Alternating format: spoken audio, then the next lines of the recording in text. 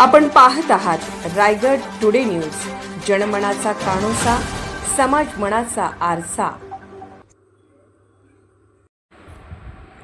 अवैध दारू बनवणारी केंद्रे यांचे नागोठाणे पोलीस ठाण्यातर्फे समूळ उच्चाटन करून छापा, सत्र व धडक कारवाई सुरू। एकूण 9,500 रुपयांचा मुद्देमाल जप्त। नागोठाणे रोशन पत्की। अवैध दारू निर्मिती व विक्री विरोधात नागोठाणे पोलीस ठाण्याकडून धडक मोहीम राबवण्यास सुरुवात करण्यात आली आहे।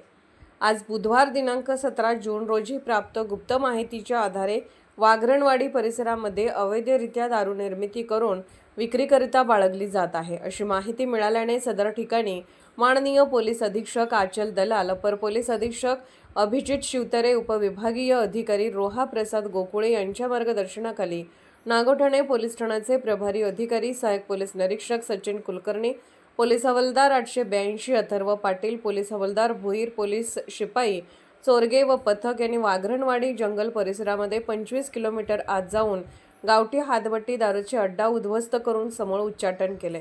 सदर प्रकरणी नागोठाणे पोलीस ठाण्यामध्ये गुन्हा रजिस्टर क्रमांक 106-26 व 107-26 कलम 65 महाराष्ट्र दारूबंदी अधिनियम अन्वये 2 गुन्हे दाखल करण्यात आले असून सदर गुन्ह्यामध्ये एकूण 9,500 रुपयांचा मुद्देमाल जप्त करण्यात आला आहे।